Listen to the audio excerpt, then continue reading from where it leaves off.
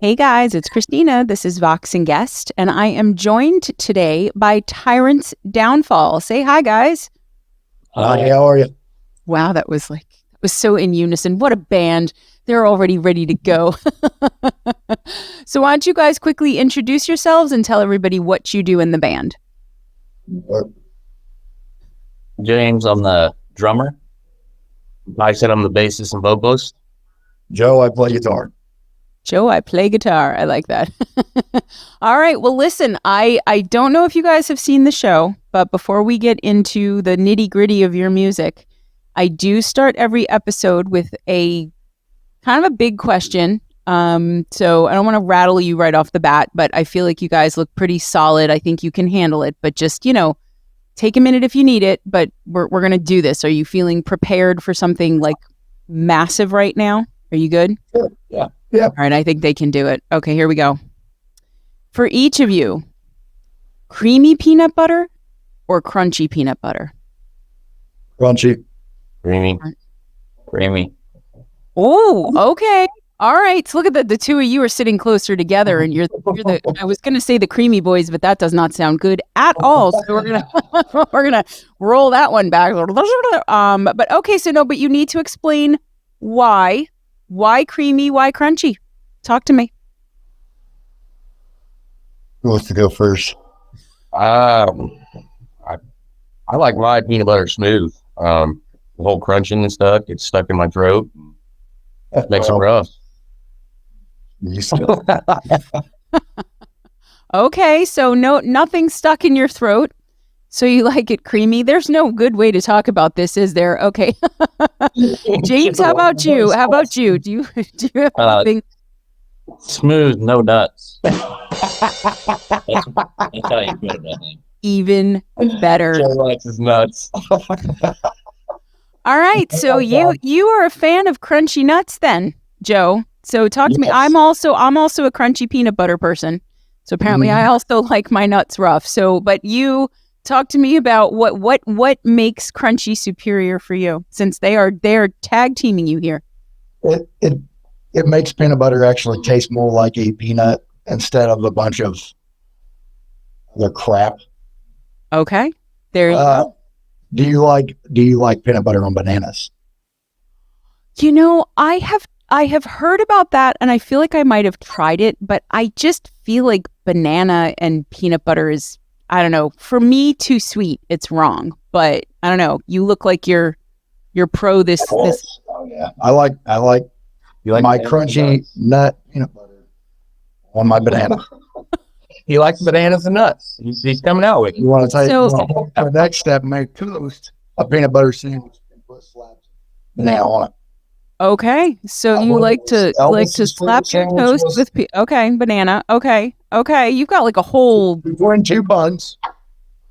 And chunk like a So fork. okay, we've got his nuts and his banana between two buns. We're in good shape here, guys. Are you fans of creamy on your bananas? Nope. We stay away from anything like that. So Okay, all right. I don't know. Joe's the risk I might as well taker. have some fun with it because I knew how it was going to sound, but it's delicious. his son walked into all the worst questions. So You know what? This is not the weirdest intro we've ever had for the show, believe it or not. So don't even worry about it. I will go so far as to admit I am an extra crunchy peanut butter girl. So I will go for extra nuts any day of the week. So I'm moving on now because it can't possibly get worse. And yes, I'm sure somehow it probably will. So all right, less nut related, although possibly not. Why don't you guys each talk to me about how you became musicians in the first place, and then how you hooked up and became Tyrant's Downfall? And whoever wants to start can start. I'll start this time. Okay. Starting off with how I became a musician. My earliest memory of just being awed by guitar was watching MTV with my dad, late 80s, probably. Okay. And Eddie Van Halen pops on the screen and is walking across the lunch tables ripping that solo. The Hot for Teacher. Yeah. So I made very young.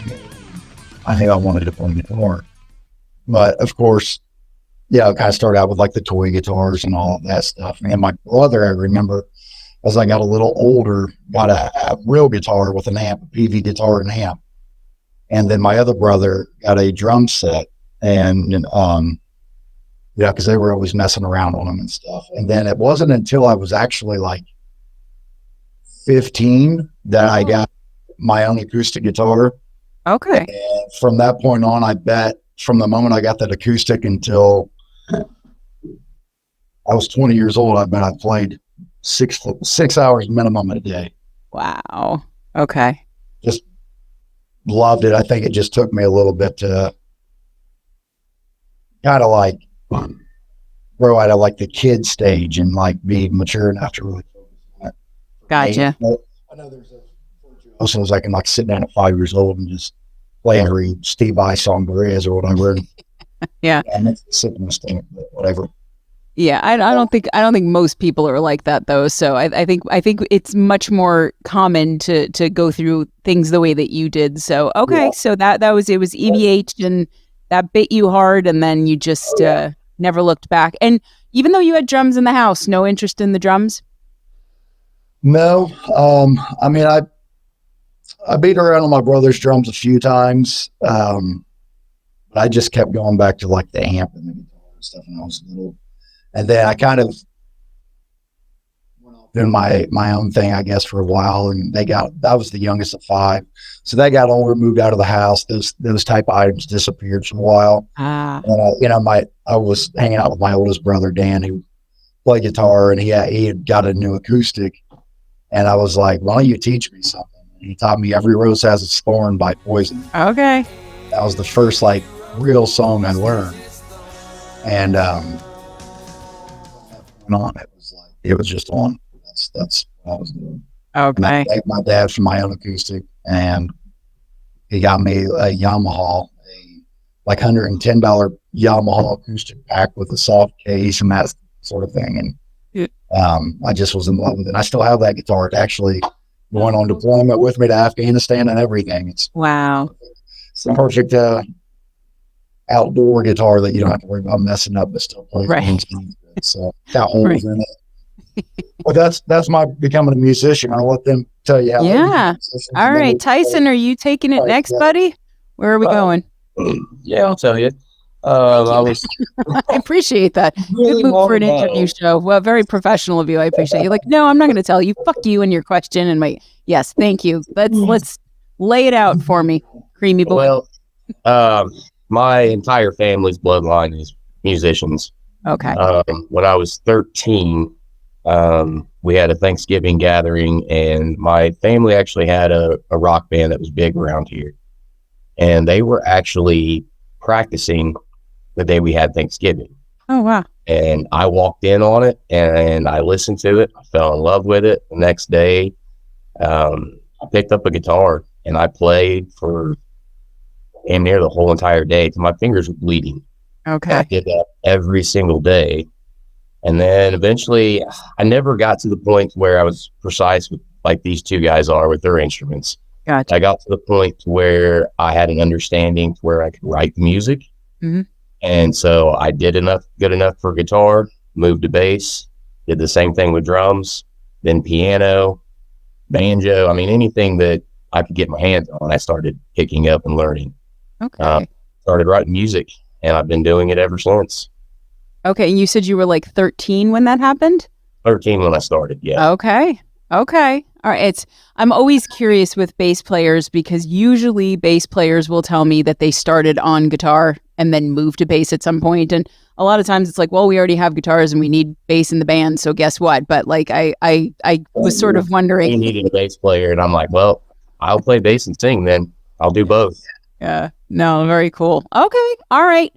And how about you, James? What was your musician origin story? My dad was in music. I can remember falling asleep listening to his band practice in the house. He got interested in the drums because my dad played guitar. My older brother played bass, so we formed a band. I played around with that. My dad showed me what he knew on drums. Then I started getting drum lessons. And I became a drum teacher, and it just something I love to do now. So Okay. All right. And so then how, from those 3 experiences, how did you guys end up meeting up and becoming a band? You tell us, you're really good at it. All right. Well, this is high pressure now here. This better be good, Tyson, because he's sold it now. when we were young lads, We're not always a boy. so I started a band before Tyrant's downfall, and it fell apart. We were constantly chasing musicians with dedication issues. I know that feeling. Yeah. Hardest thing ever when it comes to trying to form a band. Mhm. And I tried out a buttload of drummers, and finally a guy, mentioned James, and James came trying out. He was dedicated. He started playing, and I was just like, where have you been my whole entire life?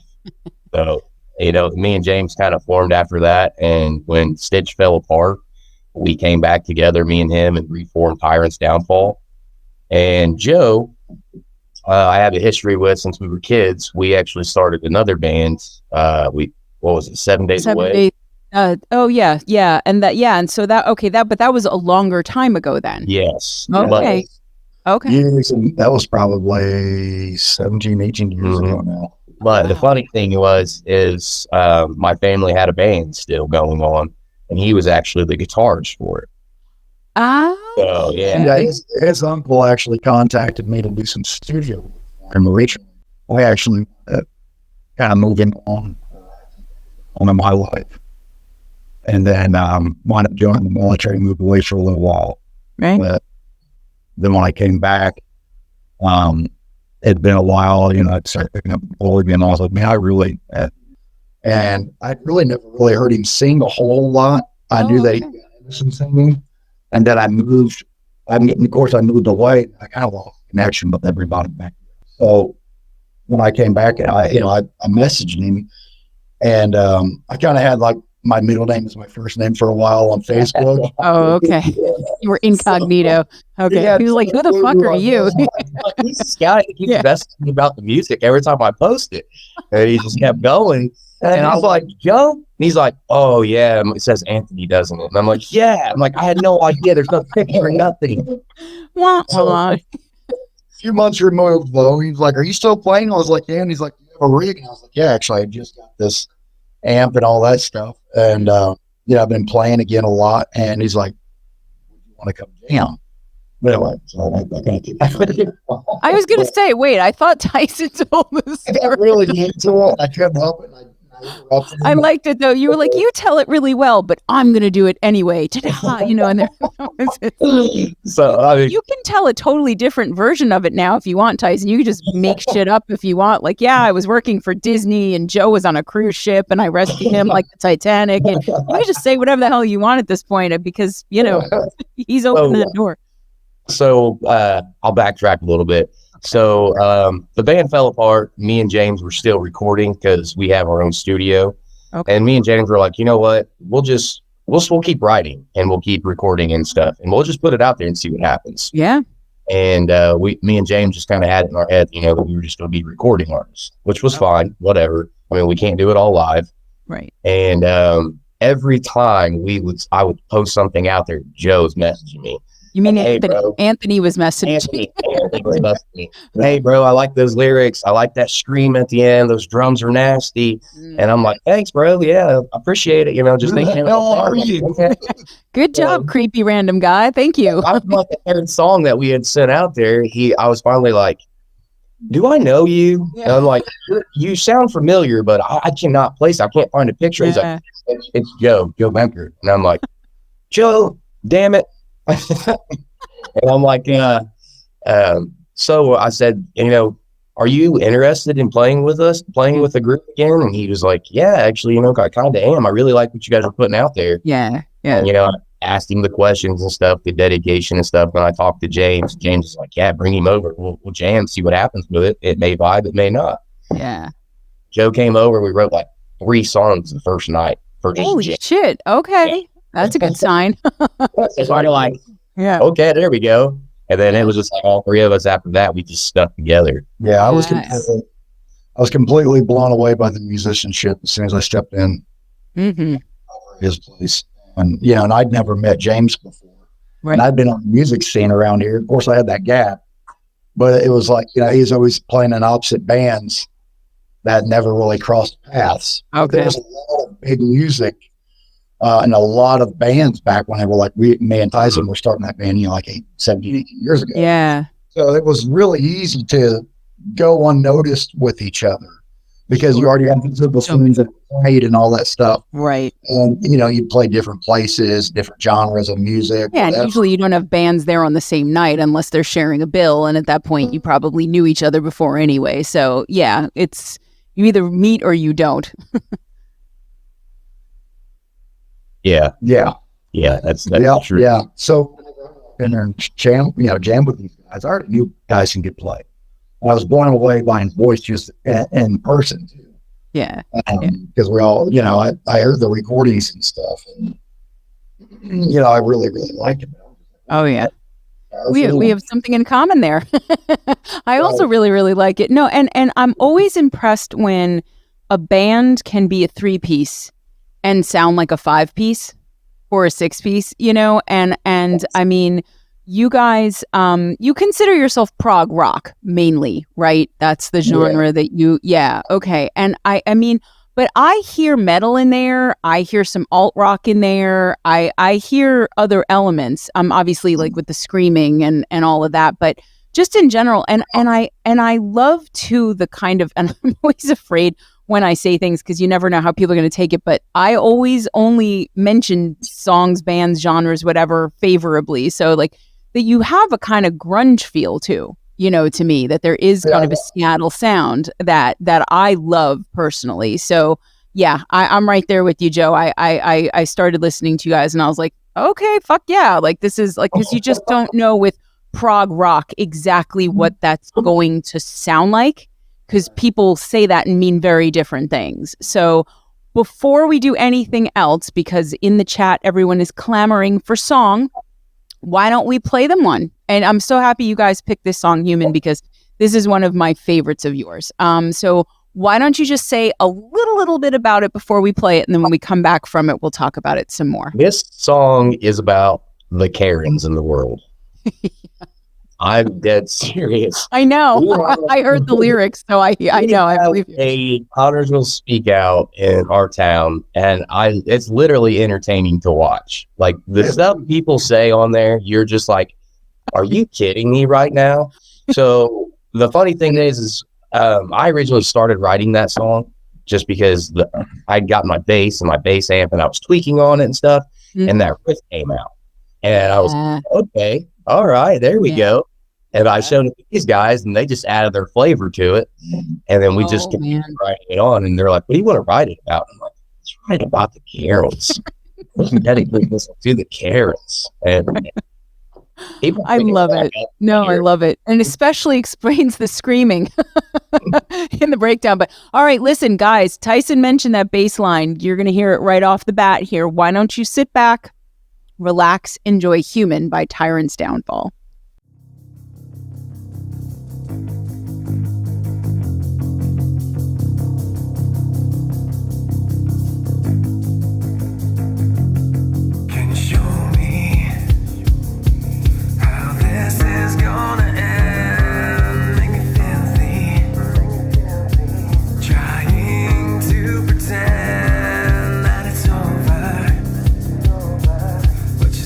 Inside my head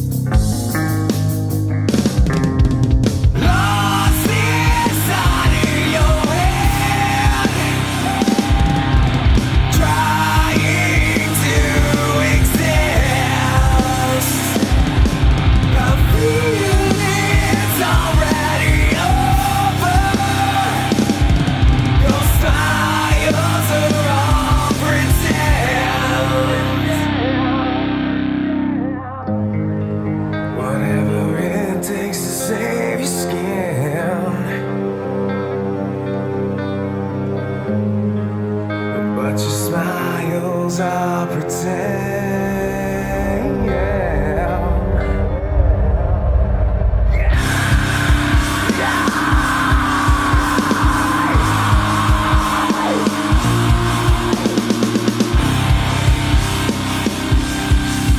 But you smile about the pain, yeah.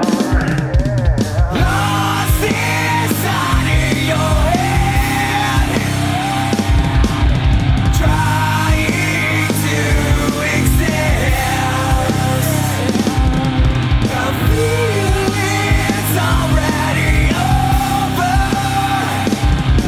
Your smiles are all pretend.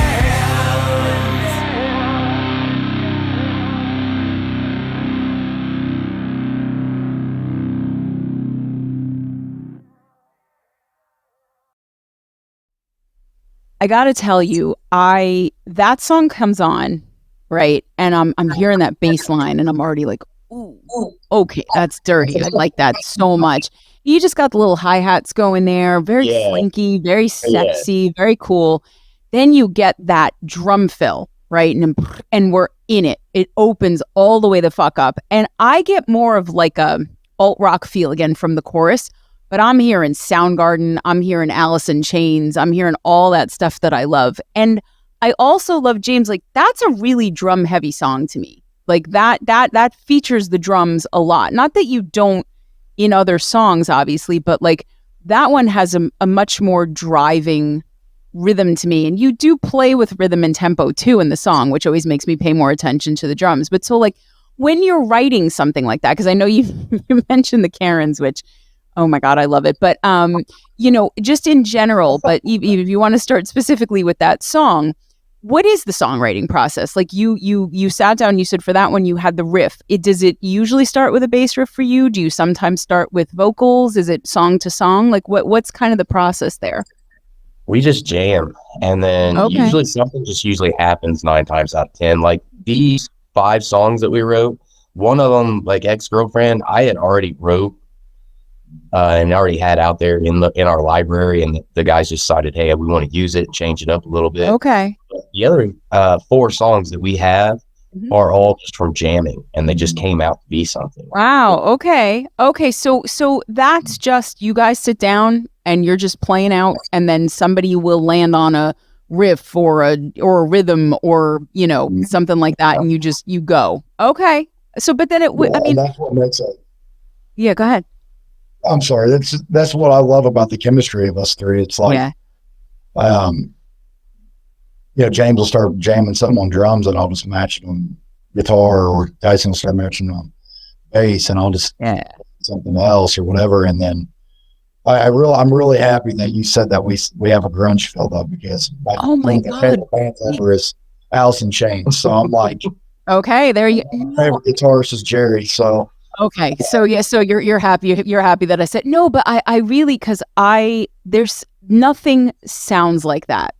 No genre sounds like that. No genre, there's a lot of alt rock stuff I love. There's a lot of prog rock stuff I love. But there was something about, and is still something about grunge and Seattle that just, it's interesting to me because it pulls me back to the 90s, right? Of course, but it's still so current. You can hear it now. And one of the things that I love about Tyrant's downfall and the music, and there's a lot that I love about it if you haven't figured that out already, is that you guys have brought that genre current, right? And I'm hearing all that. I'm hearing Lane, I'm hearing Cornell, I'm hearing all the stuff that I want to hear. But it doesn't sound like you guys are stuck 30 years ago. It sounds like new music. And I think some of that is when you do mix in with the vocals, the screams, and you have that metal vibe, which, Cornell would scream, but not in that metal way. It was the grunge scream, right? And the drums also, I feel like, are, modern's the wrong word. I think they're a little more current the way you're doing them, James, than, there was a lot of very specific drumming that happened in the 90s. And there were a lot of songs where the song might start, and for the first, 8 measures, you might be like, wait, which one is this? But like you guys don't do that, which is a good thing. So, I mean, I love that grows out of jamming, right? Because that with bands like Jamstake, with bands that do things like that, where they can just sit down and start playing and create out of that. To me, that always comes down to the chemistry in the band. You cannot be a band that writes songs out of jams if you guys aren't fully locked in on each other. So, I mean, it sounds like it did start right away, because you said the first night the three of you played together, you wrote like 2-3 songs. So were those any of these, or? Yeah, they developed into what you hear on the first album. Okay. A lot of them. That album was literally done in less than 3 months. I was going to say, so, I mean, when exactly did you guys start, playing together? When was this year? Because I know that it must have been late last year, right? Right, because the album came out March. So what, like late 22, mid 22? August 22, probably July or August. Okay. 22. Yeah. Okay. That's whenever that kind of, the whole messaging back and the process. And right, when you were Anthony, yeah. Yeah. When I was still Anthony.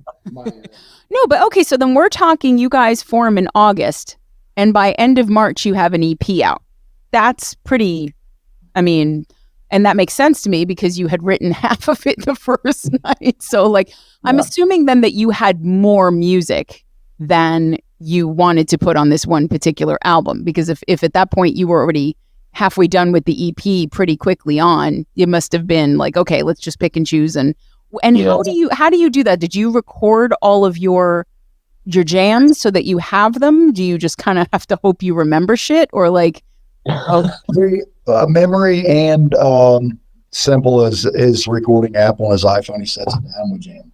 Okay, I like how you're like, we remember it all, but also we're recording it. Yeah. That's smart. Well, there's some songs that have come out of like we just were able to remember them, luckily. And then what we'll do is, like, if we play something, and we like it or whatever, we'll just, before we end practice or whatever, we'll try to jam it again, and then he'll hit record. Okay. Yeah. That way we're not burning up his phone memory, just sitting there like recording 4 hours of like, this. No, but it's funny. I think it was Nelio's when I was talking to him. He said, I'll play something, and if I can't remember it later to do it again, I figure it's not catchy enough to be worth like doing anyway. So I guess that's a good sign if you guys are remembering your own shit and going, no, okay, this was something that we really stuck with. So, it sounds like then each of you begins writing the song at different times. If James is playing something on the drums first and then you guys fill in behind, or if Joe, you have a riff, or, Tyson, do you ever just start singing a melody line? Is that ever first, or the lyrics? Yeah. So the funny thing with us is like, we'll start like the music and jamming and stuff, but I will sing off of what James is playing. If he's going into like full, crazy metal stuff, then the lyrics are going to be faster, they're going to be heavier. Okay. If he's going into like the hi-hat work, like he's doing in Human and stuff like that, you're going to the feeling that you're getting now. Yeah. Yeah. And, it's just, I feed a lot off him when depending on what he puts as a rhythm beat for us is going to determine what the song's going to do. And then, I say that, and then Joe will come with some heavy shit, and I'm just like, oh yeah,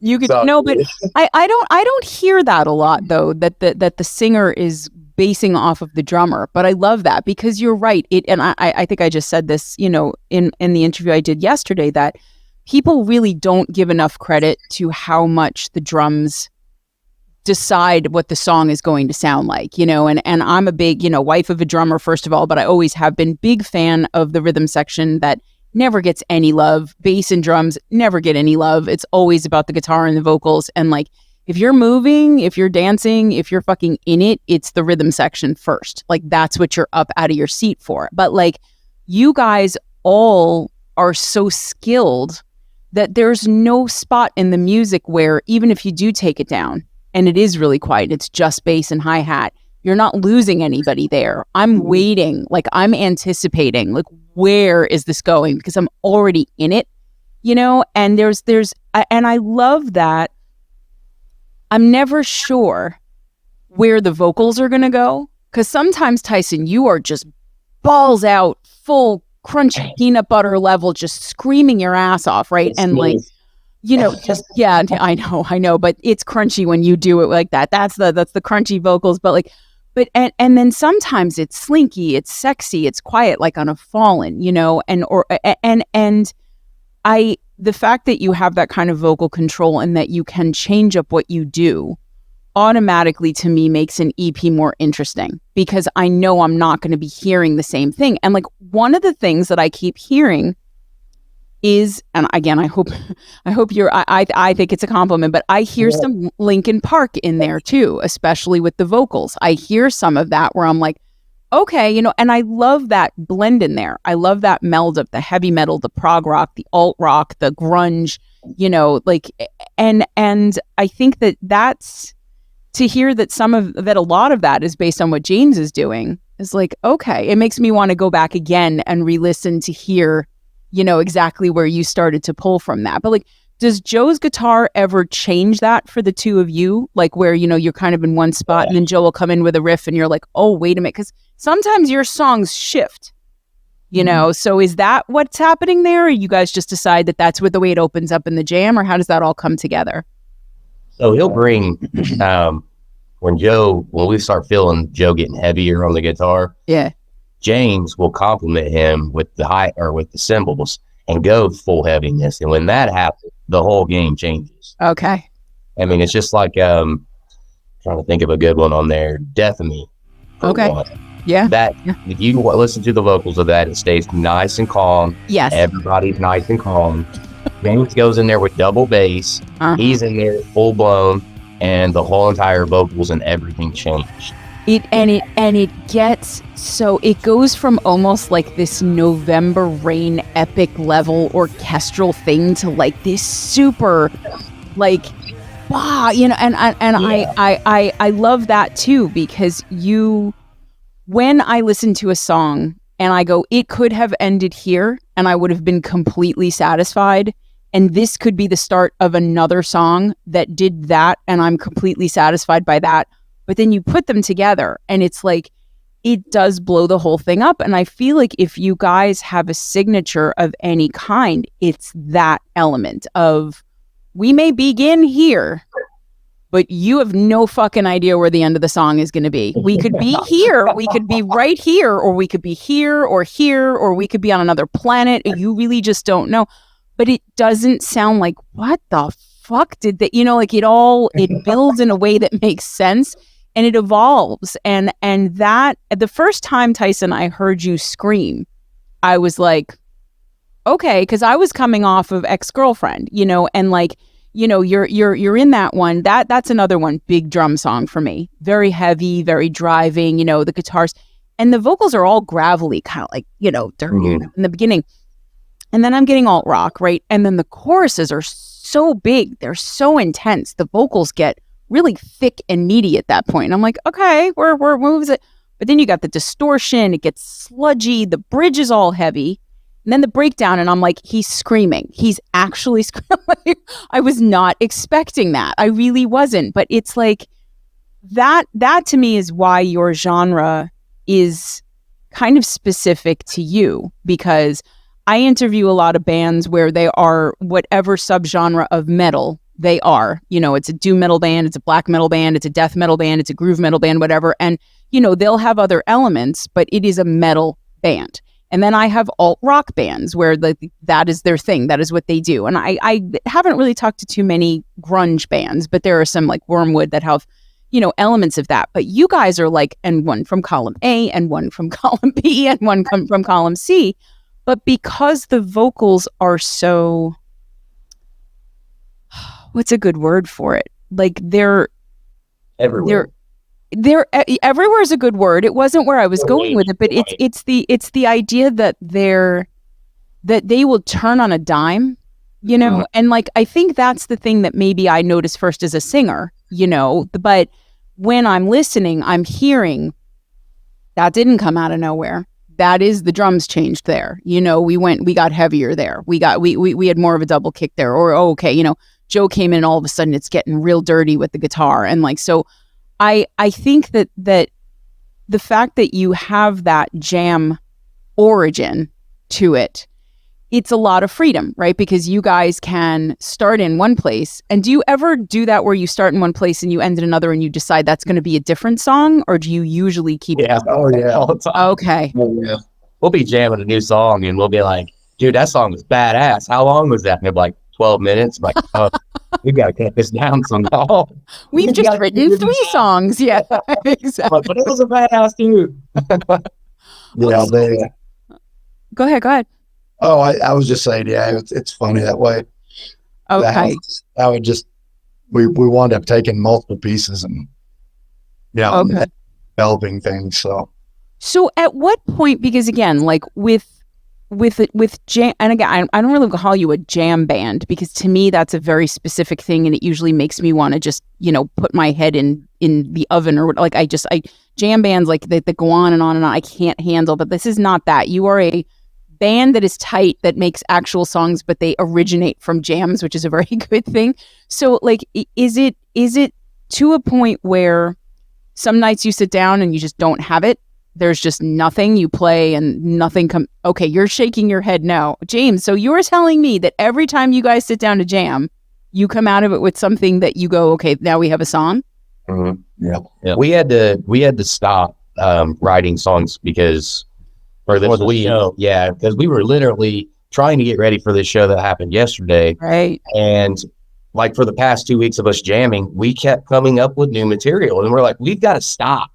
We've got a set list. We've got to stick with the set list. We We have can't to. write anymore.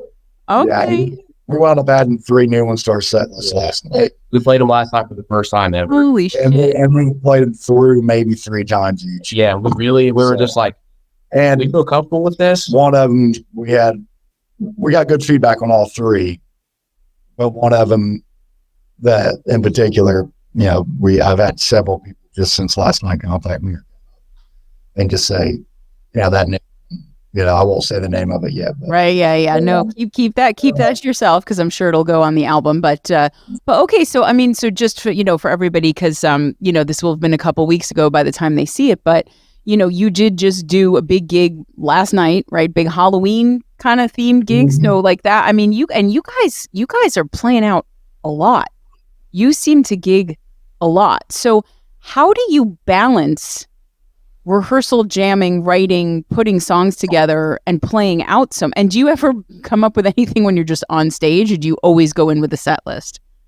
we always go on with the set list. Okay.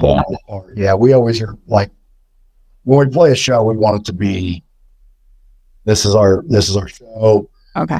We might add some texture here and there at the end of the songs and stuff, just because we can read each other and all that. Yeah. Depending on the crowd reaction and all of that stuff and how the room is. But other than that, it's always kind of, we want it to be like the keys are playing in this order. But as far as like getting ready for it and stuff, like Tyson said, like me and James might be just while he's like over here writing something down or whatever, me and James are over here just starting. And I'm like, we gotta stop. No, we can't. We don't got enough time. Please cease your creativity. We are full up and we can't. Yeah, I mean, but hell, that's a good fucking problem to have, right? That you guys are just too prolific that you have to actually stop yourself. Yeah, I writing. hope we never have those days where we're just like, we got nothing. besides maybe like being sick or something, just not. I'm not feeling it. Right. But that's an outlet. No, but I mean, and this is over a year out now. You guys are 14, 15 months into this band and you're still at this level of production that, you're writing a couple songs a night, it sounds like, for the most part. So, I mean, when you play out, it sounds like you're willing to play stuff that we haven't necessarily heard before, but like, do you usually, since you guys have, the 6 songs or 7 songs, whatever it is that you have out, on Spotify, is it usually that's the set list, or is it just whatever the hell you happen to write the week before and you're just throwing things in there? How does that, when do you decide that a song is done and ready to play? Well, I mean, like last night, we decided that, within a couple weeks of writing 3 brand new songs that we wanted to give our crowd something new. Yeah. They've heard our set, they've heard our album, they know our album by the words that, literally, the past, I don't know, 3 or 4 shows we played, you can literally look out in our crowd and you can hear them singing our songs, which is cool. fucking amazing, by the way. It's the Yeah. best feeling ever. You feel like a rock star. You're like, yes, I'm finally somebody. Right. But so we decided last night, you know, that one, we do cover music too. We like our cover music. Like last night, we out of our ass, we covered "Hey Man, Nice Shot" by Filter, Okay, cool. and it turned out I can badass. totally see that on you guys. Absolutely. It's our own version of it. Yeah, you know, Yeah. it was like our own like Tyrant's Downfall take on that heavy Tyrant's Downfall take, but it turned out pretty awesome. And then we've got our this is way out in left field. You would never think about us covering this because of our music if you listen to us. We covered a Johnny Cash song, Folsom Prison. Okay. We turned it into a heavy rock song. Okay. People love it. Yeah, they eat it up. They think it's just awesome. There's balls to the walls leads. There's heavy drumming going on. Vocals are heavy. Yeah, James kills that song. Yeah, it's just all around. In my opinion, it's amazing to change something that old and bring it into something into this day and age and give it that flair. And it's a song that everybody knows, whether you're a Johnny Cash fan or not. Like you can't get through your life without having heard that song somewhere. So to hear it switched up like that, I love when bands do that, but do it and do it well. Like there have been covers that have completely changed songs where like, I'm like, ugh, you know, like I know there's a, was it that there was that, Annie, are you okay? That Smooth Criminal song. And I think like it was an Alien Ant Farm or whatever. Yeah, I couldn't, I know people loved it, but I was just like, nah, that's not for me. And then like, you know, I'll hear Ray LaMontagne cover like CeeLo Green's Crazy. And I'm like, fuck, that's a totally different song. I love that. So I love when bands can take a song that you've only ever heard one version of, the original, you know, and go, yeah, you know, but what if we did it like this? And that's either gonna work or it's not. Like you people will either go, wow, they made me like that song in a new way, or what did you do to my beloved Johnny Cash? You know, so like that's a pretty, and it sounds like you have a really loyal live audience fan base too. Like if you have people that are coming and they're singing along, which again, that is a tremendous feeling. Like you're like, oh my God, that's me. But like, so you play these 3 new songs, nobody's expecting them. They go ape shit, right? So at this point you say, all right, we have a new album coming out. How are you choosing? Is it a full length LP with all the stuff that you're writing? Okay. So talk to me a little bit about that, because I know it's in the works, but we can wait for it. But what, you know, talk to me about what you have so far. Well, I mean, we've got 5. We think we've got in stone right now, ready to hit the studio and start laying down some tracks. And probably in between that period of time, we'll have the rest of them done. So, you know, the rest of the period of finishing up the album. But I mean, I'm thinking you guys are going to start seeing new material from us coming out within the next couple months, at least another new single, maybe 2. And then I'm going to say within 3-4 months, we'll probably have the whole entire album out again. Okay. We like releasing them, one at a time, because it makes people take the time to listen to each one. Where you release an album, they're just going to go, just because the song started out this way and it didn't particularly catch the ear, they won't listen to the rest of the song and get that whole like, oh, wait a minute, oh shit. But if we release it one at a time, they're going to be like, oh, what are they playing now? To listen to it, like, no, okay. You know what I mean?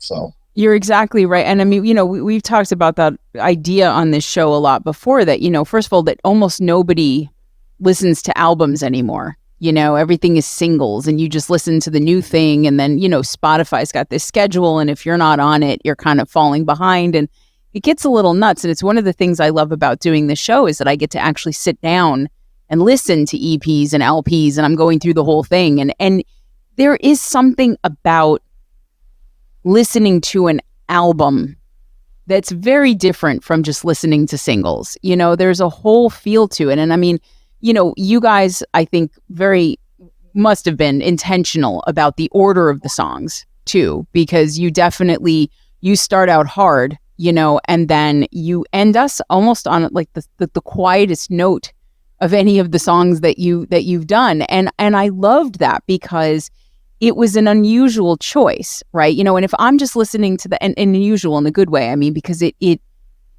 gave the end of the EP kind of a breath, you know, like, ooh, you know, and I didn't know that they could necessarily do that they could get that, you know, Fallen is the song, guys, that I'm talking about. And that's right up there in one of my favorites. And we'll talk about it in a bit. But like, if I had just heard that on its own and I was like, okay, so this is what Tyrant's Downfall does, then you got to be somebody that's the kind of music that you want to hear. But like, you know, somebody goes and listens to a Sorry Not Sorry, completely different song, right? And then somebody goes and listens to a Soldier, completely different song.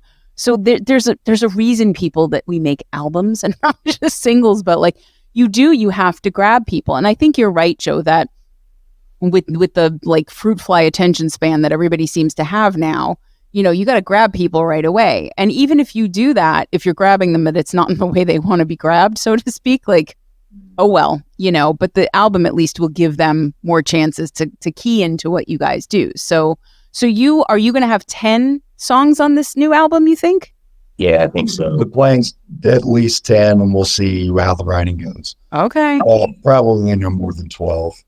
Okay. If we come up with more than that, then it's definitely to the third. I was gonna say, you guys seem like you could come out with an album like every 6 weeks if you wanted to at this rate. Yeah. If we could find the time to record that fast, we probably could. Yeah. Yeah. And when you record, are you recording in like, do you go to a studio? Do you have a studio? What's the? Who does it all? Yeah. Okay. So Everything you get heard, it's been mixed and mastered and recorded by me. Okay. So what's the production? I mean, we have a lot of gearheads watching too. So like, what do you use? What's your setup, and how does that look for, you know, once you guys, you know, do you record your parts separately, or how do you put things together? So that album we did drums on the electric drum set. Okay. We used a simulator called SSD5. Okay. Which allows you to make the electric drum set as a straight MIDI trigger. Okay. So, and then James went in, he picked, you know, what sounds he likes, what his snare, what he wanted, you know, all that good stuff. And we saved his settings. They're literally master ready. There's no going in and EQing, doing anything crazy. I mean, unless you want like a fatter kick or something like that. That's where you're right, pitching it up. Yeah. Okay. Yeah. But for the most part, that part's done. And we usually did drums and guitar together at the same time and jam together. Okay. Usually they were both direct in, so there was no need for an outside noise, which made it fantastic. So I could sing and play bass with them without being recorded.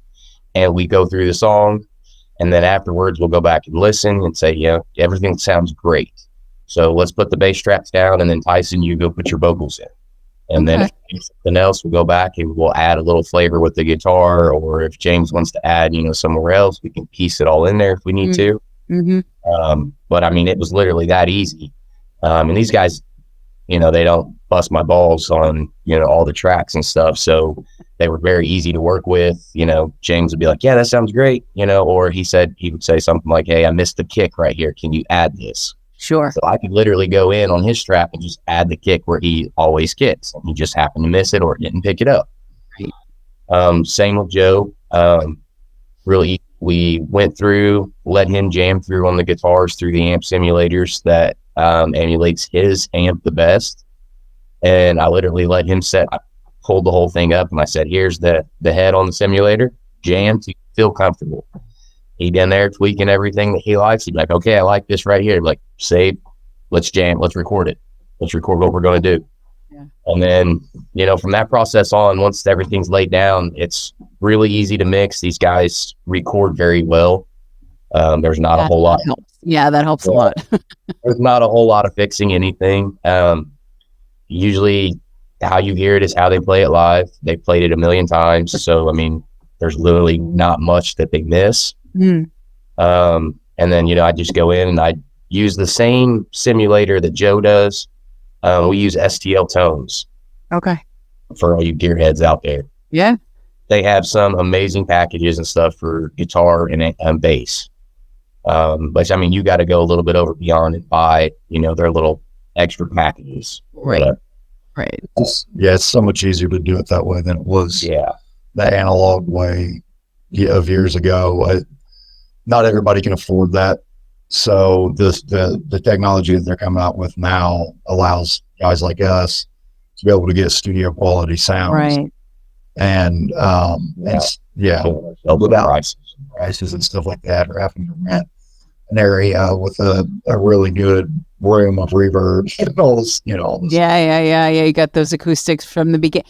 No, I mean, and that is one of the things that pops about Death of Me, the EP, is that the production is so good, and I think that's one of the things that I always feel bad for with indie bands, that so many of them have great stuff, but they don't have the tech or the money or the wherewithal to get the production where it needs to be. And you've never paid so much attention to mixing and mastering until you've heard the difference between what it sounds like when it's not right and when it is, because it's a completely different song. And I think that's one of the things that, when I watch which indie bands start to blow up, production has so much to do with that, because you are hearing everything in balance. Your vocals aren't buried all the way back. It's not like tons of kick and then you're missing the bass completely. Like, you have to balance everything. Everything has to have the right tone. It has to be in the right sonic space. You can't muddy it up. Everything has to be where it has to be. And if you have that, you can make an album that's maybe not that fantastic sound great.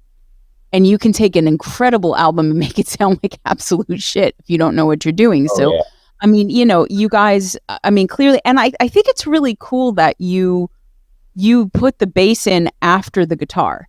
Because, a lot of times the expectation is you're going to do bass and drums together first, and then you'll lay down the guitar, and then you'll bring the vocals and backing in if you're going to do that. So was it just because James and Joe are the way that they are with what they do, you were like, yeah, I don't have to worry about being able to go back in there? Or is it just that you were too busy recording to lay down the bass first? Or why that order rather than putting the whole rhythm section down first? Well, I will say, human, I did do bass first, but it is a bass song. I was going to say, good luck not doing that.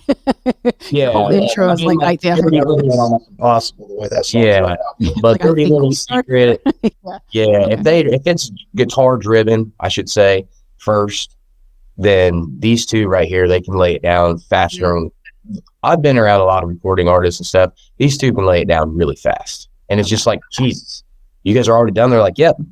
They would go back and play it, and they'd be like, "This sounds good to me." When I go back and listen, I'm like, I'm not hearing anything wrong. So if you guys are happy with it, I'm happy with it. I can work with this. Yeah. And it's literally that easy. And then vocals are obviously the last. And we use, I use Howard Benson vocals, ampersand plugin. And the one thing I really like about that is it's got everything that I possibly need on there to mix the vocals. Helps me, got, compression. It's got your EQ. It's got width. It's got, effects, delay, reverb, whatever you want to add to it. Yeah. You can even change it to sound like, I know a lot of people nowadays, they use what is it? It's like that muffled distortion type. Oh, yeah. I don't know what they're calling it, but I know what you mean. Yeah. Yeah, you can go in there and change it to that if you have a spot where you got all those effects and everything. Yeah.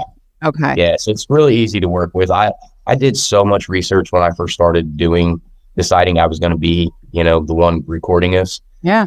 And I was day and night. I was researching STL tones, was researching SSD5 and Howard Benson vocals. And those are, you can't beat those for the money that they offer. They don't break the bank.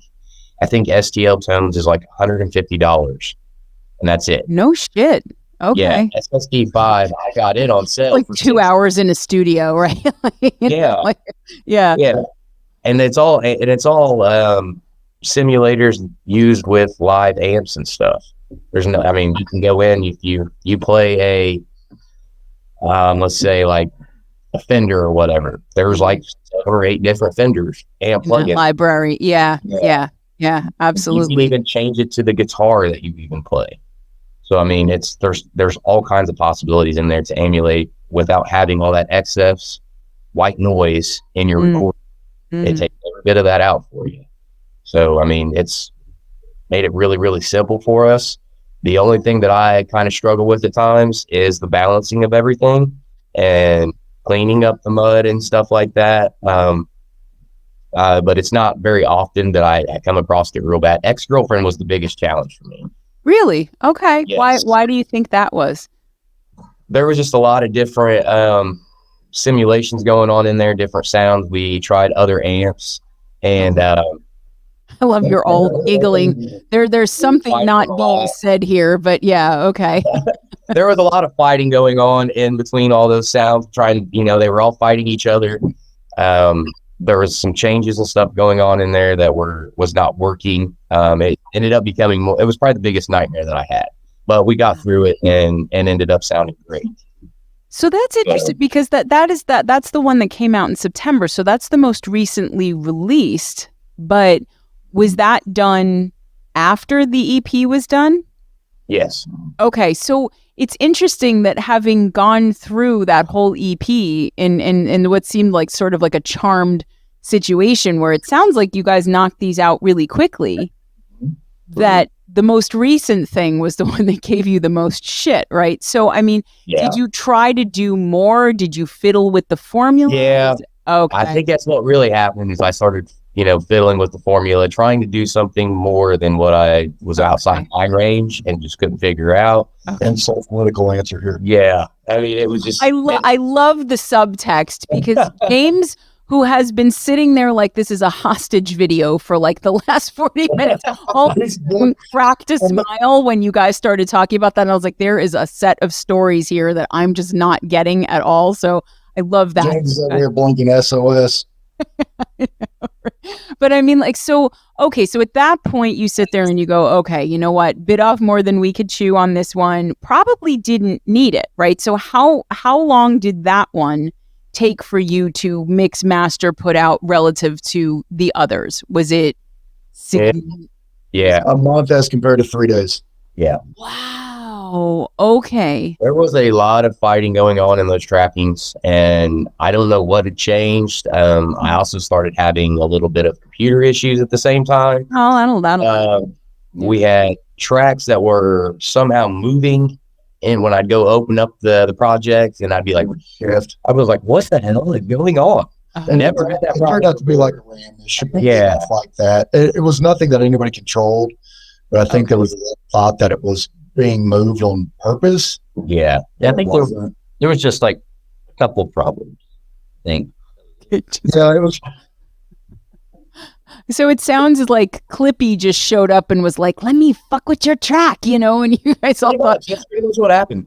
okay, Clippy's such a dick. Nobody likes Clippy, but all right. Okay, so, but you know what, though?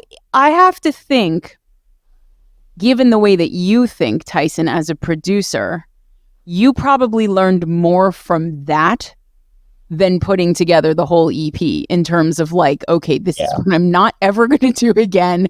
We're not ever going to try that again. We don't need to and I think that it's, I don't hear any drastic difference in production quality between the single and the EP, which is great because a lot of times I will go back catalog with people. And again, your back catalog is only from March, right? So in terms of what I have to listen to, so it's not like we're going into the, the depths of time or anything, but like, sometimes you will hear a band where you're like, okay, they either got new equipment or, they took a class or something because all of a sudden this song or these songs or this EP is light years ahead of the other one. You guys started out strong with that. I mean, Death of Me is solid. That thing is produced. Like, if you had told me that had been done in a studio, and I always look, because usually bands will say like, oh, we recorded it here. This was the guy that mixed mastered, whatever. You're pretty down low about the fact that you're doing that, Tyson. But like, I would have believed it. I would have believed that you guys went in and, spent big coin on actual recording studio time. But like, when you started working on that, and you knew you were coming out of jams and you knew you had that, I still want to know where the lyrics come from. Because I know that you're saying like, okay, I will take it in this direction. I will take it in that direction. But like, Do you ever have lyrics to begin with ever that come into your, okay, so you're always writing to the track that you guys have already done. So we'll jam to the track and, I'll just kind of feel it. Right. See what it's making me feel like. Like Death of Me is about being in a relationship that is so toxic that you can't get out of because you're in love with it. Mhm. And eventually it's going to be the death of you. Right. It's like an addiction, but it's an addiction to the relationship. Yeah. Yeah. Yeah. And it just had that dirty Deftones vibe to it. So I was just like, that's what I'm going with. But I mean, that's melody line, right? So, but then at what point when you're jamming, are you actually starting to write the lyrics, or are you just writing the melody line as you're going along? So when we do jam, I will just, burst shit out. Like, I mean, I may be talking about Britney Spears at the time jamming. But that was probably Death of Me, but yeah, okay, right. But no, it's really just trying to find a melody line to what's going on, to what I'm feeling James and Joe doing.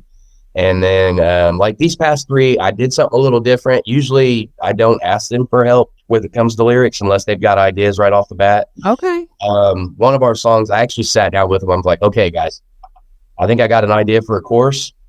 I need your guys' help with the verses. Okay, wow.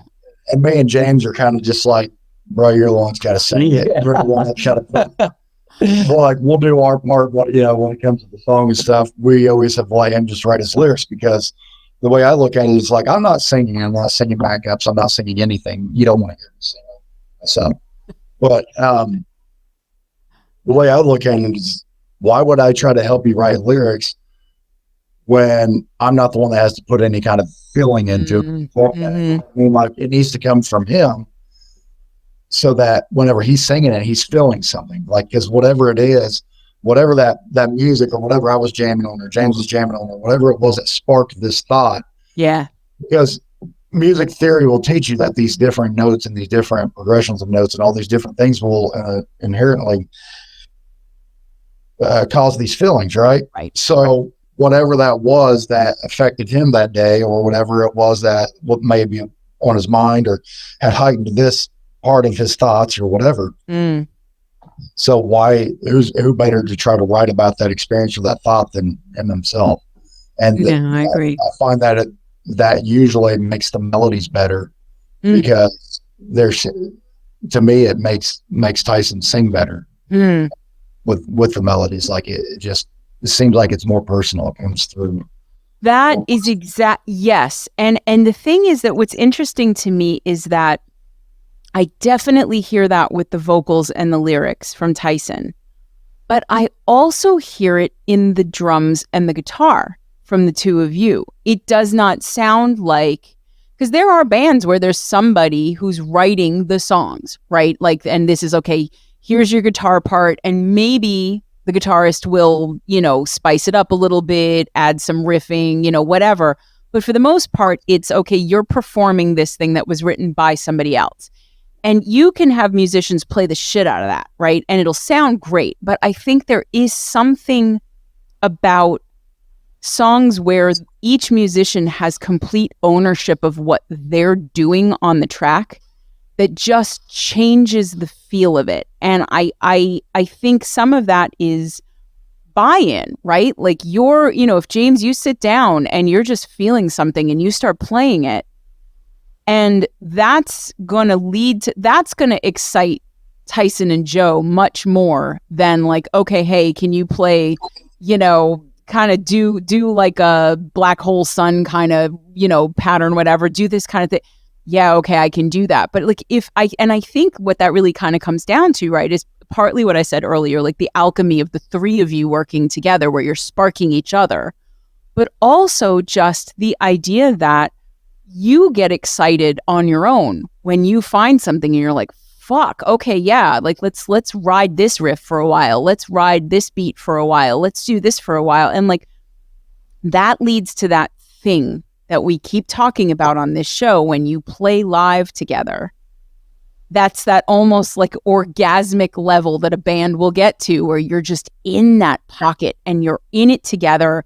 And you are looking at each other, and you said it earlier, I think, Tyson, you're like, yeah, or maybe it was you, Joe, like, yeah, we might add some texture at the end because we're kind of all locked in on each other. And like, but to hear that kind of thing on an album where so often that energy and that thing, that intangible thing that happens on stage, when you put it down in the studio, a lot of times you lose that. It kind of deadens it. Do you know what I mean? And like, and it makes sense to me now that doesn't happen with you guys, because I've watched live stuff, right, that you guys have up on social media, and it's that same level of like, but it's on the EP too. And I think it makes sense now, especially because you guys are creating these things out of playing together live. You're just doing it, the three of you instead of on stage. But I love that you managed to capture that. But I do agree, Joe, with everything that you said, and broadening it out to that doesn't just happen with Tyson and his vocals. That happens with you and your guitar, and James and his drums. And then you put those three things together, and it is, but I mean, the vocals especially, because I cannot tell you how many bands I've heard over the years, not even just indie bands, but just bands, where you're listening, the song is, intro's going on, you're in it, you're feeling it, the instrumentation is fantastic. And then the person who's singing opens their mouth and you're like, oh, fuck, like it just ruins everything, And I'm always so frustrated by that, because I've been saying for years that, like, you go out, you listen to live music, or you put on an album or whatever. If you have a band that has a great singer, but mediocre players, you'll give them a hell of a lot more leeway than if you have a band that has great bass, great drums, great guitar, great keys if they're in there, whatever. But the singer comes out and sounds like they're being strangled to death, and you're just like, I can't listen to this. Exactly. You just forget it. You're done. But like, Tyson, your vocals are so, like, they really are linchpin with the music. But so I'm not diminishing what you do singing in any way, but it's not just about the vocals for me with the band. It's all of it together. You guys are all at that same level. And I think that elevates everything. So, I mean, like, I want to get into talking about Fallen a little bit, because that's beautiful. Guys, if you have not heard it already, if you're not familiar with Tyrant's Downfall, I know they're in the community. Maybe, you guys don't interact with them necessarily as much, and we want to change that. So go like, follow, subscribe, do all the things. But Fallen is just this beautiful, mainly acoustic, right? I mean, it's at least at the beginning. It's not in the beginning. It's right. Yeah. Okay. So like, you start off, and I even got almost some Everlong out of that, at least at the beginning. Like, there was something about, because it's slower, because it's acoustic, whatever. And it stays slow, right? But it definitely gets heavier. Okay. Opens up, gets heavier. And then everything just keeps building. James, you have this insistent kind of push with the drums. And I love it because it heightens all that emotion that's there from the beginning. And the vocals are so beautiful. And then all of a sudden, second verse, we're more up tempo, right? We've moved up, we've changed it, because that's what you guys like to do. You like to fuck with us in a really good way. But then the chorus, though, gets slower again, unless I'm misremembering, right? And then you're repeating all these little variations that you guys have done in the first half of the song. And then the bridge is, again, a totally different thing. Then you're screaming, and it's probably one of the more structured songs that I think you guys have on the EP, in the sense of, like, we're moving through a particular song structure, song pattern, but it's just so, it's quiet. Even when it gets heavier, it's quiet, but it's so intense. There's so much going on in that song. And I mean, talk to me about the lyrics with that a little bit too, Tyson, because like you were in your feelings on that one. I mean, not that you're not in the others, but like I felt like that was especially that I don't know. So like, what was that writing process like for you guys, and what was up with the lyrics for that? Lyrics to that are a lot deeper than what people would actually recognize that they deal with on an everyday basis. Just, being used, being taken advantage of, then hurting you, and then it's almost like having a narcissist in your life. An abusive. That's exactly what. Yes, that's where it landed with me 100%. I recognize that as someone who knows the feeling. So yeah. Go ahead, keep. So yeah. And they just keep cutting, tearing away, at you, and you keep taking it, and it's almost like you just keep going further down the rabbit hole, Mm-hmm. and till the point where you got nothing left. Mm-hmm. I mean, that's just one of those songs that are just like that, and I know that's what a lot of people deal with in the world nowadays. Oh. Whether they'll come out and say it, and behind closed doors, whatever, and that just seems like the more that I wrote that song, the more I started seeing with friends and family and stuff. That became a very big norm, which was insane to me. Mm-hmm. But yeah, and then you hear about it. I hear about it at least daily from somebody or social media and stuff like that. I mean, it's just crazy to know that that is a normal in this today's generation in life. Oh yeah. Just insane to me. But yeah, that's what that was. That was more about being into that. I had been through that before in my past. Mm-hmm. I'd had friends do that to me. Main majority of the thing that tugged me on that one was a friend that I'd had growing up. He was a really big user, and it always seemed like he only wanted to communicate or hang out or anything like that when it benefited him, or needed something. And then very little have I ever reached out to anybody. I tried not to, unless it's like can't know a way around it, and it's usually family that I go to. Right. But it was like, I tried him one time as a friend, for help reaching out, and it was during a bad point in my life and I just needed some company, and crickets. Mm-hmm. So that just ate me alive. And I remember that like it was like yesterday. And after that, it was, got disconnection off with him, no longer talk to him anymore. And I have still to this day, and that was probably 4 or 5 years ago, and I have still never heard from him since. It was even a big deal. Like I mean, it's part of why that song is, I love Human. I love Suicide Note. I love the whole EP. And I love Ex-Girlfriend too, but like, those are the ones that kind of where I feel like you especially opened up lyrically, vocally. There was something where it was clear that you were deeply connecting to what you were singing. And, you said it too. It's, this idea that you can't get yourself out of it. And I think that the way that the music supports the lyrics in the idea of someone basically participating in their own destruction, through this toxic connection that they have with someone or dynamic that they have with someone, like, it's part of why I love the fact that you guys decided to end the EP on that one, because it's just a gut punch. It really is. So like, what was the thinking in that decision? Did you guys go, what, like, this is how, I mean, I'm interested in the whole set list order, right? Obviously on the EP, but that one specifically, because you guys could have ended, as I said earlier, on a totally different direction and you didn't. So why that song to close out the album? Well, Fallen was actually wrote before Tyrant's downfall, believe it or not. And James had actually put that's the only song on the entire album that has his live drums to it. Wow, okay. Those are all live drums mic'd up in my garage. And we were actually in the process of writing that EP, and it just sat there and stagned. And when we formed Tyrant's Downfall, we were actually recording Dangerous Games. And Joe, I just happened to click on that by accident, went to the wrong one and hit play. Dangerous Games. He was on his phone and he was like, "What is that?"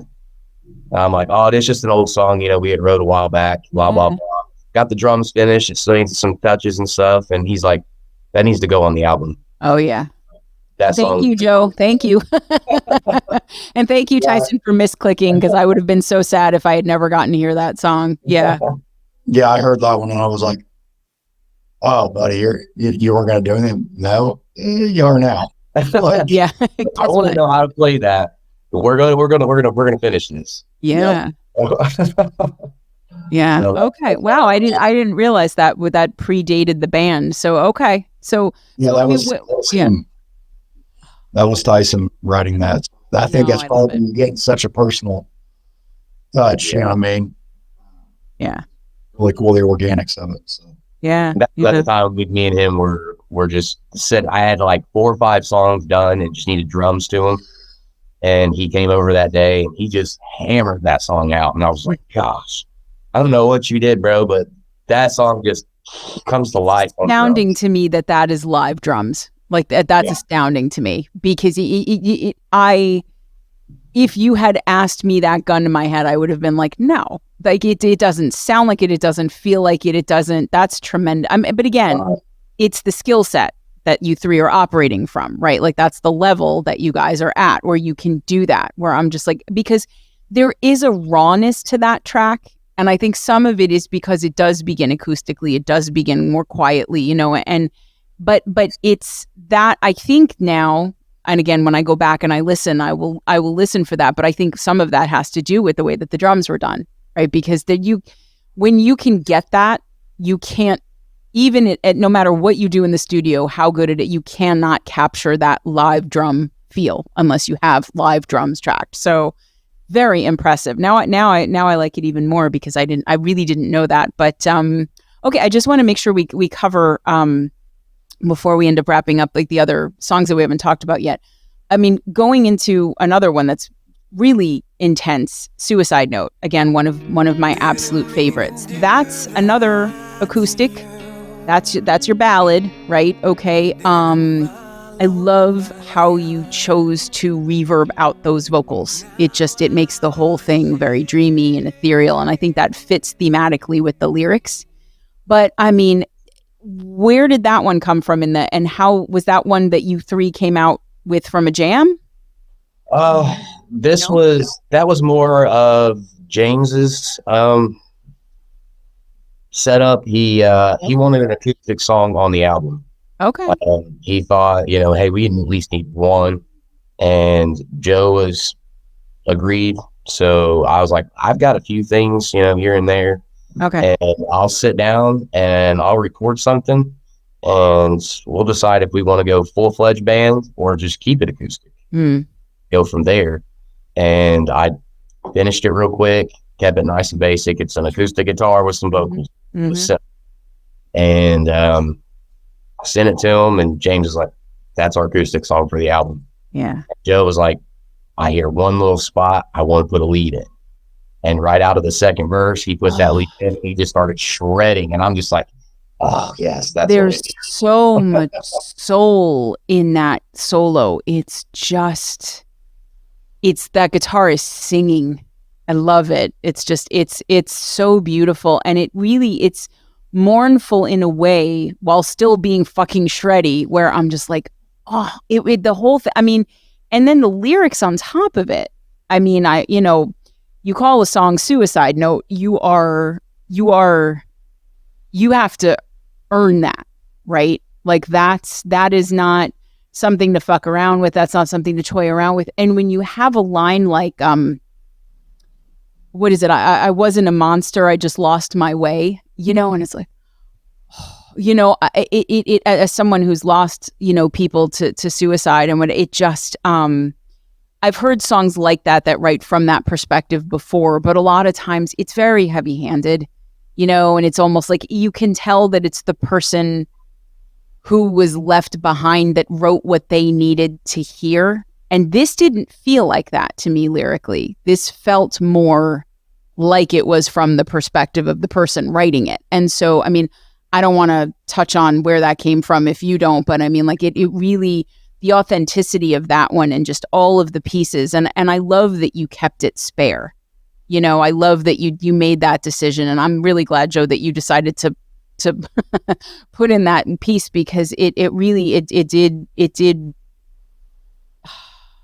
Sorry, I get the audience is familiar with me fangirling like this somewhat. So I mean, but when I'm processing so fast and I'm like, my brain is doing 50 things and I can't make the words that I want come out for it. But like that one really that touched me, and if it had been about something else, it would have done that too, just because of the way that the instrumentation is done. But like to put those lyrics with that instrumentation is so powerful. So I mean, and right in the middle of the EP too, where you're like, okay, and you are bookending that with two kind of shit kickers, right? I mean, like, you know, you're not taking it easy on us emotionally of where we're coming from with Death of Me and going with Sorry Not Sorry. Like We wanted it to go like this. it does. So it kind of goes straight up out of the box and then kind of does Yeah. and lowers down and then just Yeah. kind of mellows out at the end. Yeah. Yeah. No, Hopefully we accomplish that. no, you did. Well, I get that's really what I was trying to describe, you know, is this idea that, you know, because Dangerous Game, again, you've got that Alice in Chains bass line going. And I love the decision to start the album of like, oh shit, here we go again. And I was like, okay. So who was that? Was that you, Tyson, or was That's me, but that was James's idea. So James cracks me up. Like, we'll be writing these songs, and He's he'll sitting here all quiet right now. Yeah, He's I'm not- like, James is stealth. Like, you're not giving me anything, dude. But they're like, yeah, that was James. James did that. That was James. And I'm like, okay. it will be. Got, I'll like, your be hand quiet nice and and- stuff. And then he'll be like, I'm like, man, I feel like something needs to go on there. And then James is just out of nowhere, man. As soon as we start playing, oh shit, here we go again. I'm like, that's it. Joe's like, you got to do that now. And I'm like, No, it's great. It's great. I also particularly love the fact that you did that on a debut EP. Because it's like, well, wait, but I love that, because that level of confidence, to have that wink and that humor right at the beginning of the very first song, I felt like I was in good hands. You know, like a band, and it's a little thing, but like that's something that you would expect a huge band that had like 5 albums out already to do. Like, you know, like we're gonna come in here, we're just gonna be like, yeah, shit, here we go again. And I love that. It woke me up right away. Like I was already interested. You know, I'm like, okay, you know, I mean, and again, like anything that's Alice in Chains to me is gonna grab me right away. So, you know, with the bass and all that, and then to say that and that cackle, you know, that little laugh, I'm like, oh my God, it's so like, you know, but then you know, I was hearing, you know, like some Enter Sandman vibes. I definitely got some Metallica stuff out of there. I got some, pardon the expression, I got some Bush. I should never ever say that sentence out loud ever with the people that watch the show, but I've done it now, so I'm sure that will be clipped somewhere. But like, and then the chorus gets like almost like 80s hair metal level, like, and I, you know, and I was just like, holy shit. And you guys, right in the first track, you're showing us all these things that you can do, you know, and then those themes and those genres and those feels recur throughout the EP, but it's such a strong way to open, you know, it's such a strong way to start, because, and then the drum breakdown, I love the drum breakdown, you know, and Tyson, you got all sexy on the vocals there, you know, and the bridge, and then that solo just, you know, to the out. Like I was already hooked, you know, and then where do we go? We go to Soldier, which, okay, now, I mean, Joe, you've mentioned, you know, and thank you for your service. So you've mentioned, you know, you were touring in Afghanistan. Like, is that just a coincidence? Was the lyric of that inspired at all by Joe's experience? Like, where did that come from? So that one, actually, when I started writing that, you know, we kind of come up with it. That was one of those where I was like, you know what this reminds me of? Is, you know, kind of these situations and stuff like that. And we both had a friend that we both grew up with, that's been a really good friend of ours too. Despite my experiences, he toured in Iraq a couple of times and stuff in the Army. And, you know, there's very few people that he'll speak to with his experiences and all that stuff. And of course, his partner being really, really good friends with him, and you know, and understanding that myself and everything. I was like, you take with it what you will, and I'll always understand what this song means to me and who this is about. This is about, you know, other veterans that I know. I'm not sitting my name out any. Sure. Well, but he used those experiences and those talks with obviously speaking to his approval and just before we would ever dream of doing that, with, you know, with me having deployed and having friends that deployed and Yeah. things. So the idea of it came from from here, with how it made me feel in that moment when we started writing it. And I think that Tyson did an extremely good job capturing all those emotions that come out of that time. Absolutely. So I'm really proud of that one. And, Yeah. that it turned out. That's my. No, I agree. I mean, I like that one I heard some Incubus, which was different feel for me for you guys. But then I did also hear some Soundgarden in there. And then I'm paying attention to lyrics and I'm going, okay, that is, you guys are not, this album really has a lot to say.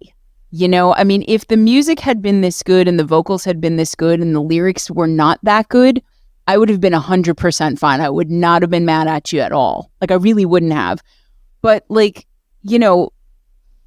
there's really no piece of anything that you guys do that lets the rest of it down. And I hope that you're proud of that, because that's not always the case. That's not always the case where and I mean, as a singer, I listen for lyrics and vocals first. That's just the way that I'm wired. And so when I'm already captivated by that, and then I notice myself paying just as much attention to the guitar and just as much attention to the drums and just as much attention to the bass, I know you guys have something, because it's, a lot of bands will rest on one thing or the other, and you guys are not doing that. So I think that a song like that, if you think about, guys, what we've been talking about, what this band is doing, they have this kick-ass music that could just be fun and badass and take you back to those grungy days or whatever. But then you have songs about, deployment and being a soldier and some of the emotional trauma and baggage that goes along with that lyrically. And then you have a song like Human where you're talking about Karens, and then you have a Suicide Note song and you have a Fallen, and these are not light themes, but you have your fun stuff too. So when Joe did this, he was 100% right. But that in a way that isn't just for those of us listening where we're like, okay, it's whiplash. It's too much. It's like, we almost need the Karen song after a soldier like that, because it's almost like a musical sorbet, right? We need to reset a little bit, because holy shit, if the whole album were like that, I would have been there for it. But I love that you guys know when to lighten things up, when to pull them back down, when to bring them back up, and the whole album does that. It does it thematically, it does it lyrically, it does it musically. And then again, when we get to the end and you have Fallen closing that out, I think it left me where I wanted to be left at the end of it. It left me where, I didn't want to end this EP on one of the higher, brighter, easier notes. I wanted to sit with it, and I think that choice in and of itself is so smart, because it's going to keep people coming back to the EP, because that anything that can, take you in, 8-9 songs through an emotional landscape like that is doing a lot of work very quickly. And it's not like it's an hour-long album either. You guys are basically in and out with these songs. So I was so impressed with the whole thing. I mean, you guys, playing out, gigging out, you have some endorsements too. Am I right? Yes. Okay. Do you want to talk about it? You just, Well, yes. No, I know, but just James, I hate to make you talk, buddy. I know you. I'm a signature artist for Scorpion Percussion. They do my drumsticks. Pearl drums. I use all Pearl drums. Got a couple of cymbal companies just trying to get hold of a few cymbals, but I play Sabian cymbals, and I got some other ones wanting to endorse us for those. Just we were at a show, one of them happened to come up to me and kind of connected with the drumsticks. The drumsticks are made in the United States, California. Thought that was cool. Like, yeah, make drumsticks and I'll put my signature on it. That'd be great. So yeah, just kind of cool. You're so humble, James. You're like, yeah, I have signature drumsticks, and they want they want my endorsement, but I don't know. It's kind of cool. It's very laid back. So, okay, Joe has returned. I'm glad you're not leaking, Joe. Sorry. Oh no, it's musical chairs. Tyson's gone too. So, but yeah, I mean, I yes, okay, I have to re-up. I also just wanted to mention, like, you guys, you got my attention on social media. I don't know if that's Tyson but who handles the social media aspect, but you guys have some funny as fuck posts up there. Taking movies like, what's the one with Will Ferrell and, is it like the Saturday Night Live movie with Chris Kattan where they're the night at the Roxbury or whatever, and their wedding, and they've got the boombox. But like, guys, they're so funny. If you go through their social media on Facebook, especially, like, you'll see these things. They have clips from movies, but they've overlaid songs onto them, and they're so funny. And there's one with the dad driving his kid in the car. It's just like, the song just busts open, and the guy's like, the kid's trying to eat cereal in the car. I'm like, what? And and you guys, it is so smart to be funny like that and catchy like that on social media, because it does get people's attention. It's so hard to stand out on that. So who runs the social media for the He's band? done a lot of creating those videos because he's really good at that stuff. Okay.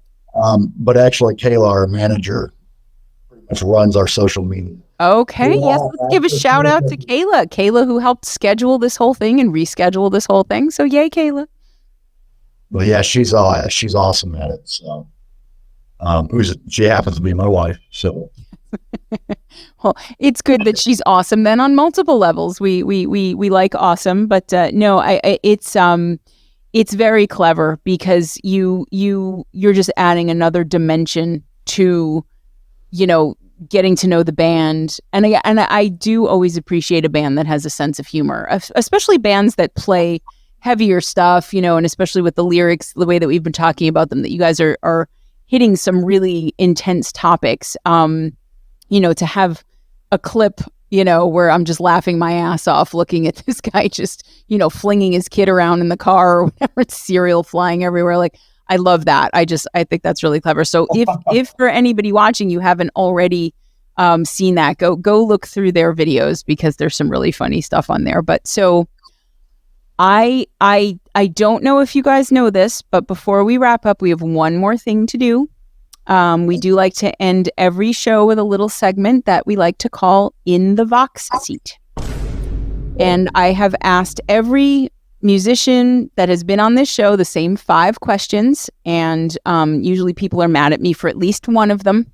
So you guys may be too. And I will warn you ahead, as I have been doing for especially guests that are not as familiar with the Vox and Guest ethos, that the last question will gain or lose you fans, because it has become a blockbuster issue on a level that is just really, frankly, kind of fucking insane. So, but let's start with question 1, which is that for each of you, if you have to describe Tyrant's Downfall's music in 5 words or less, what would each of you say?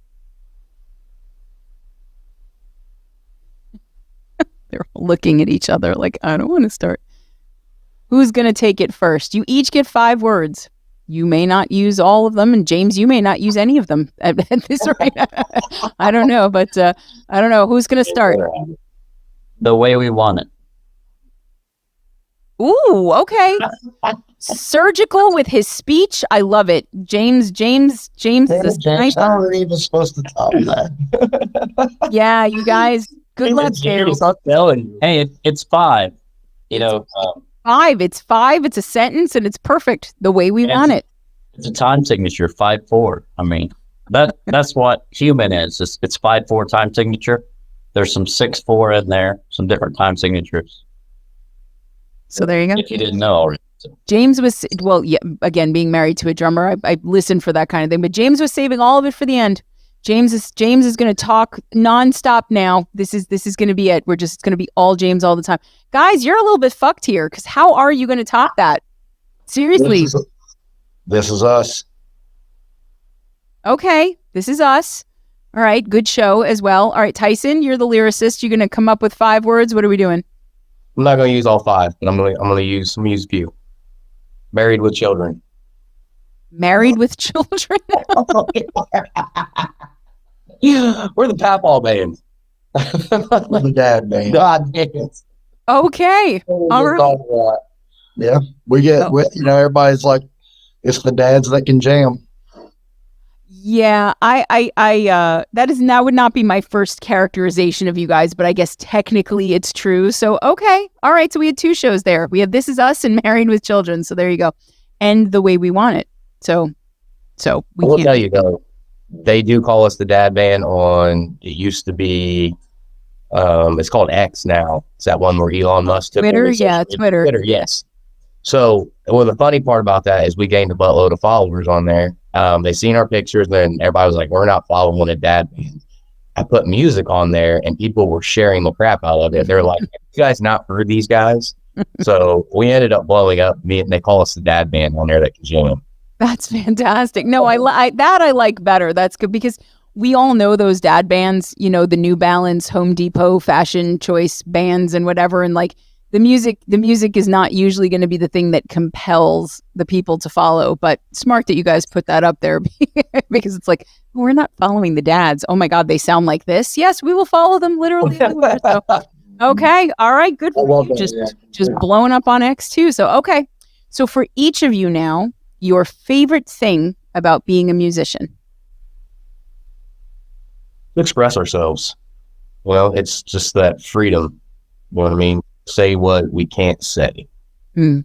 That's probably the biggest thing for me anyway. Okay. I like that.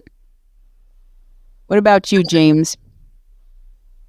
Music's just what I love to do. Have fun. It's got to be fun. Really, that's why this works, because it's fun. Yeah. Okay. So fun and expression. And Joe? It used to be just because I love playing guitar, but now it's turned into more of, it makes me feel like I'm showing my kids something that's possible. I have 5 children. A little bit about me. I have 5 kids. Wow. And every one of them just love the fact that I play music. And I think it shows them that it's like, it's never too late to follow some dreams. We have no grandeur thoughts of becoming the next big rock stars or anything like that. But what we do want to do is create really good music and touch people and reach out to people and for hopefully so people like it. And I think we're accomplishing that, hopefully. Yes. So I would say so.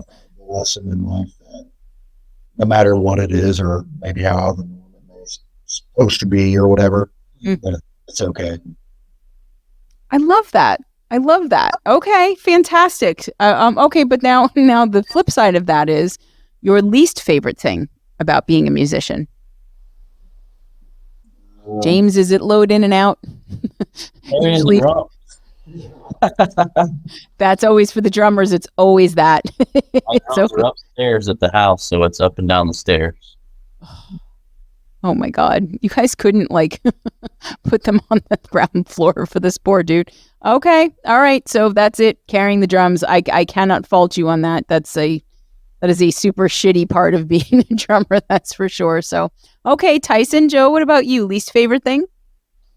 I will tell you the least favorite thing is when your vocals ain't there and you're doing a show, which makes it even worse. So we've had a few of those. I've had a few of those where that has happened. But that is my least favorite thing. Right. That's not good. No, I as a singer, I 100% agree with you. And and especially it's worse when everybody else is on and then you feel like you're not. I hate that feeling. It's like, damn it, ruin the whole thing. So, okay. I feel you on that one. Definitely. All right, Joe, what about you? Least favorite? Least favorite thing, I think, is, actually, a little bit of price of guitars, because I want more guitars. The price. Yeah, I could have more guitars. I already have a lot of really nice guitars, and my wife's going to tell me if I buy any more. Yeah. Okay, so the fact that guitars are not free. I gotcha. Okay, that's a fair thing. Yeah. Okay, now I'm curious about this one. because we didn't talk too much about specific influences or anything, but for each of you, if you had to pick just one album to listen to for the rest of your life, it's the only one you get. What album are you choosing and why? I already got mine. Okay. Bring it. What is it, Tyson? You wanted me to tell you? No. My favorite thing with interviewing is when I ask questions and then the people answer them in their heads but don't tell me out loud. I love it. It's like a fun guessing game. Yes, I want you to tell me. What is the album? What did you think I was doing? Okay. White Pony by Deftones. Okay. I think that is the first. Well, I'm not sure if it's the first Deftones there, but it's one of the only, if it's not the first. Why that album specifically? Every song on that damn album was a hit, in my opinion. Okay. Probably their first album that they ever came out with where every song was just as good as the next. It was one of their biggest leading sales in albums. I believe they hit number 1 in their genre with that album. But I mean, it's got heavy, it's got light, it's got jamming. I mean, it's got Maynard in it from Tool. Mhm. It's got the whole shebang in it, and it's just I could listen to that album every day for the rest of my life. Okay. Look at that. Tyson just straight out of the fucking gate. What about you guys? James, Joe, who's taking it? Van Halen 2. Van Halen too? Okay, tell me why. Van Halen 2, their sophomore album, because to me it's the greatest album of all time. Okay. It's flat out, if I listen to every album that's ever been laid out, especially all my favorites and everything else, and that's all the Van Halen albums even, Van Halen 2 is the absolute masterclass on how to put an album together. Okay. Strong contender. I like it. All right, James, the moment has come. What about you? Rush 2112. Okay. All right. Three solid choices here. Tell me why Rush and why that particular album.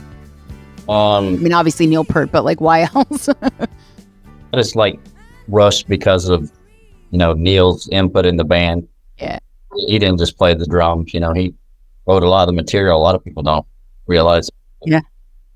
Which is a lot of what James does, because Yeah.